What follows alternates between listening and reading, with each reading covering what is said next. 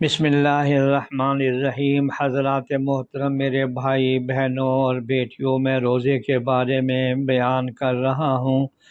اور روزے میں سب سے زیادہ جس چیز کی طرف میں آج متوجہ کرنا چاہتا ہوں وہ روزے میں گناہوں سے بچنے کا اہتمام۔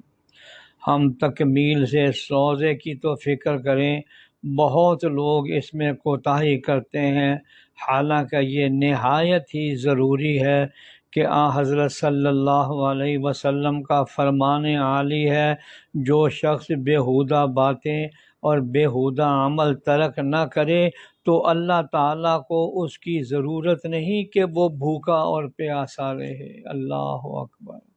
اس میں تنبیہ ہے کہ روزے میں ترک اکل و شرب، کھانا پینا چھوڑنا اور وغیرہ سے زیادہ چیز جو ہے جس سے بچنا ضروری ہے وہ ہے محرمات، جو چیزیں اللہ نے حرام کی ہیں ان سے بچا جائے۔ کھانا اور پینا اور جماع فی نفس ہی تو حرام نہیں، لیکن روزے کی وجہ سے ایک وقت خاص و حد متعین تک ممنوع ہو گئے ہیں۔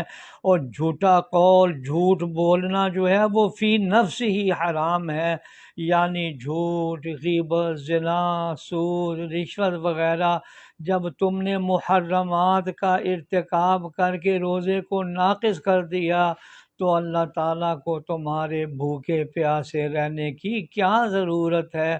اس کا یہ مطلب نہیں کہ جھوٹ اور غیبت اور سود و رشوت سے روزہ ٹوٹ جاتا ہے، نہیں۔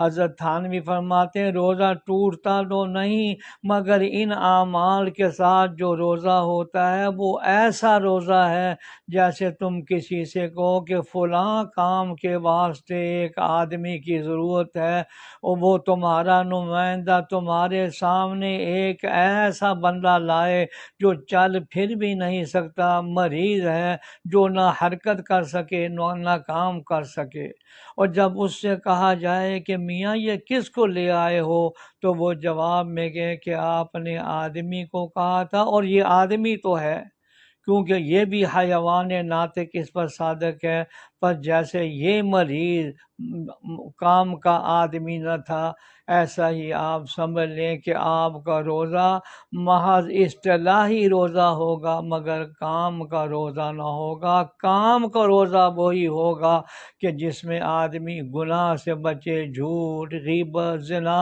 سود سے بچے۔ اللہ جل شانہ ہمیں گناہوں سے بچنے کی توفیق عطا